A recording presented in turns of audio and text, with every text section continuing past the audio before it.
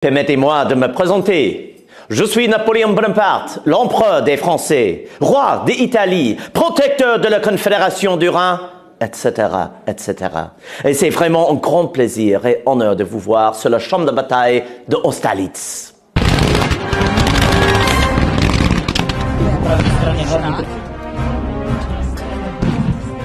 Vive la France, vive la grande armée, vive la victoire.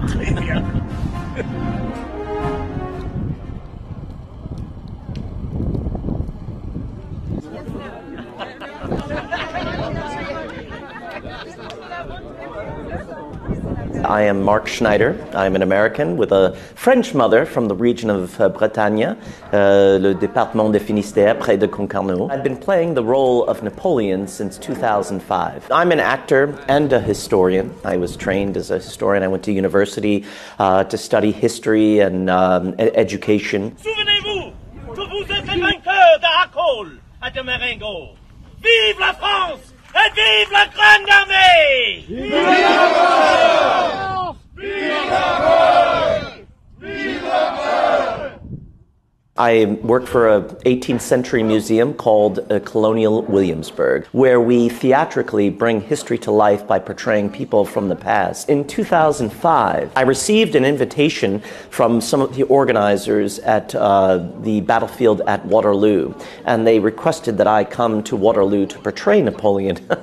In truth, the first time they called, I hung up on them, because I thought they were kidding. I thought it was some of my friends joking that they wanted me, of all people, an American, to portray Napoleon. But they called back, thank goodness, and requested that I come to Waterloo. And so thus my career began at Waterloo in 2005. We're at a place called Stadaposta.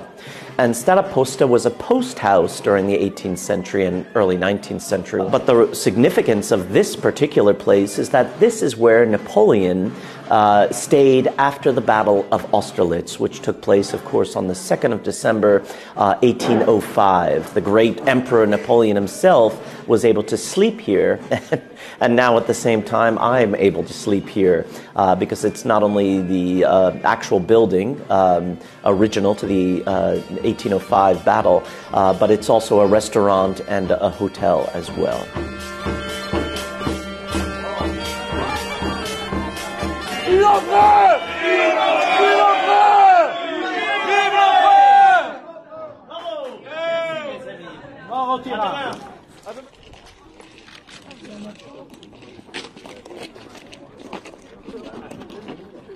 If I could go in a time machine and go back in time, would I want to be Napoleon? No, certainly not. There was only one Napoleon, and I would love to go back in time, but to be one of his aides-de-camp, to be one of his soldiers, to serve Napoleon. Oh, what a great honor. In fact, I've often dreamt of that, of going back in time and serving the emperor, but never to be the emperor. There's only one Napoleon.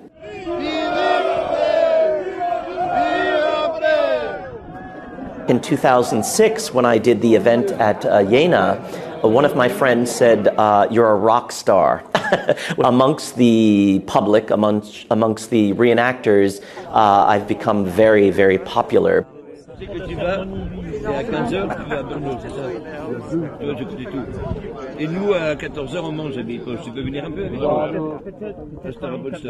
know, that's a responsibility. That's an honor. That's a privilege, because I've earned their respect, because they like what I do. If people didn't like what I did, I would just stop doing it, because it would serve no purpose. If I'm not educating, if I'm not entertaining, if I'm not providing a service to people, then it would be foolish of me to do it. Then I would just be that crazy guy thinking he's Napoleon. Napoleon is symbolic of what France is. When you look at the Légion d'honneur, the Banque de France, the Code Civil, the schools, the institutions that he has left behind, perhaps the greatest impression to military history of any person except Alexander and Julius Caesar. And he's French.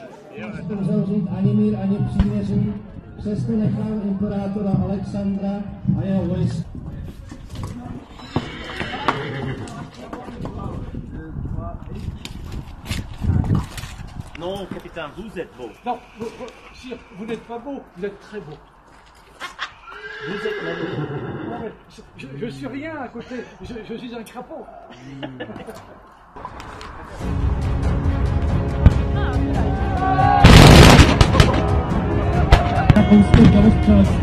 Které podporuje rozvinutí této nečekané situace.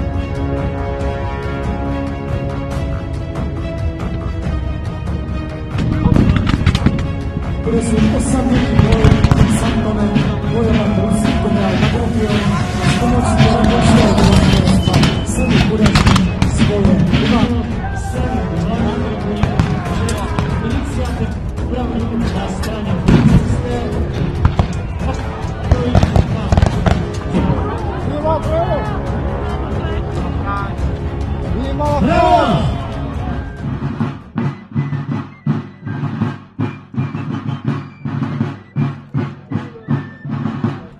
I think it's really necessary for me to take on what Napoleon was thinking at that time.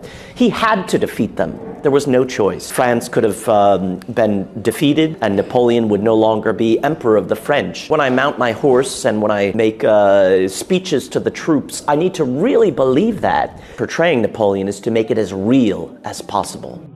In the United States Army, where I served as a soldier, I was deployed to Bosnia-Herzegovina and I saw the horrors of war. I think if I was going to write or teach history and I had never been a soldier, how can I really show the experience of what it's like to be a soldier? The greatest profession in the world is being a soldier, is serving the nation, of willing to give your life in defense of what your country believes in. What did Napoleon leave behind? Was it better for the world or worse? I think in the end, despite the loss of life, and I'm not apologizing for any of the loss of life that occurred under the reign of Napoleon, but I think when you look at that scale, Napoleon has certainly left behind a better Europe, the creation of Germany, of Italy, of the law codes, of equality under the law, of a freedom for religion. I think he's still symbolic of what a country is capable of their success, of their glory, their failures, but also of what they can be on a more positive scale. C'est super. Vive la France, vive la grande armée, vive la victoire.